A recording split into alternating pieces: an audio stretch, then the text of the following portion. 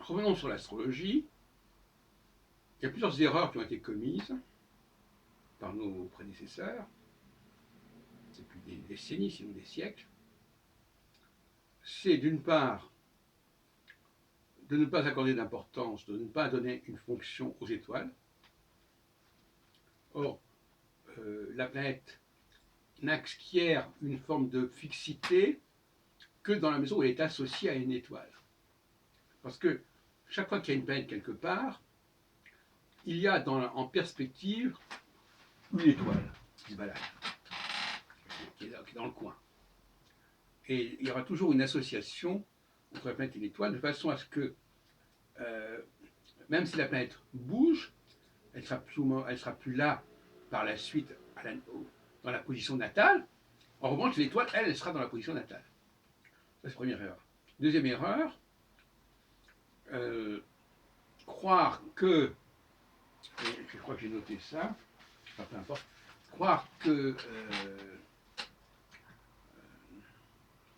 il y a d'un côté l'astrologie mondiale, de l'autre côté l'astrologie natale, c'est une erreur. En réalité, il faut passer par l'humain et pas par le cosmique. Croire qu'on peut expliquer la marche du monde uniquement en regardant les planètes, sans se référer aux personnes, donc sans se référer au thème natal, à l'âge des personnes, c'est une erreur, une facilité.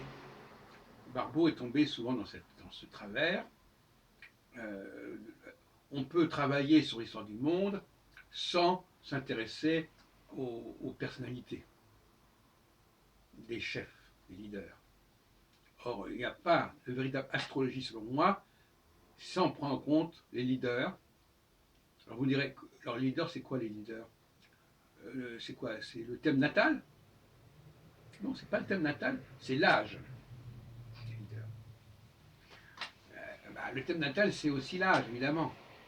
Mais c'est pas le thème natal au sens de Roger Hickey, voilà, je regarde le thème natal, la carte du ciel. Non. C'est de savoir quel est le point de départ.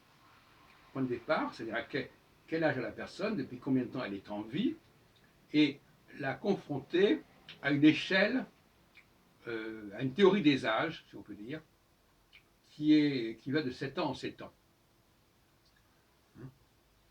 Alors, de 0, alors bon, alors 0, 7, 15, 22, 30, 37, 45, 52, 60, 67, 75, 82, 90, 97.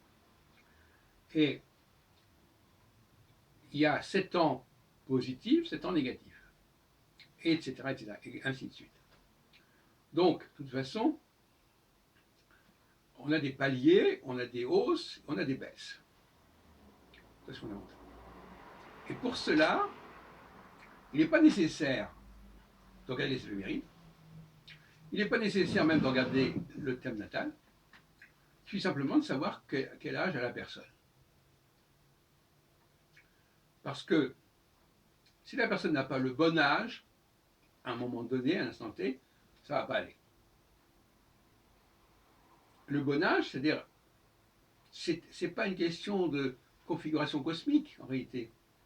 Ou exactement, c'est une configuration cosmique par rapport à la naissance, mais ça, on n'en a rien à foutre. Simplement, voilà. Si quelqu'un a 30 ans ou 29 ans, on sait que c'est un retour de Saturne. S'il a 45 ans, on sait que c'est un cycle et demi de Saturne. Si c'est voilà. Donc c'est pas compliqué. Et là aussi, c'est pas la peine d'entrer dans la sophistication ni du thème natal, ni des configurations astrales à un moment donné. Le critère de base, c'est l'âge. Jean-Pierre Nicolas avait bien compris cela, de cette manière. Il parle beaucoup de la théorie des âges, mais il n'a pas compris que cette théorie des âges, ça ne consiste pas à valider la signification des planètes depuis le Soleil jusqu'à Pluton. Hein, ça n'a rien à voir. La théorie des âges, c'est une très vieille théorie qu'on retrouve d'ailleurs chez Ptolémée dans la Tétrabible, sous des formes complètement différentes de celles que j'expose ici, mais ça, c'est pas le problème. Un certain âge permet certaines choses. Un autre âge ne permet pas certaines choses. Avoir 30 ans, c'est pas avoir 37 ans. Avoir 45 ans, c'est pas avoir 52 ans. Avoir 60 ans, c'est pas avoir 67 ans. C'est une courbe comme ça qui monte, qui descend.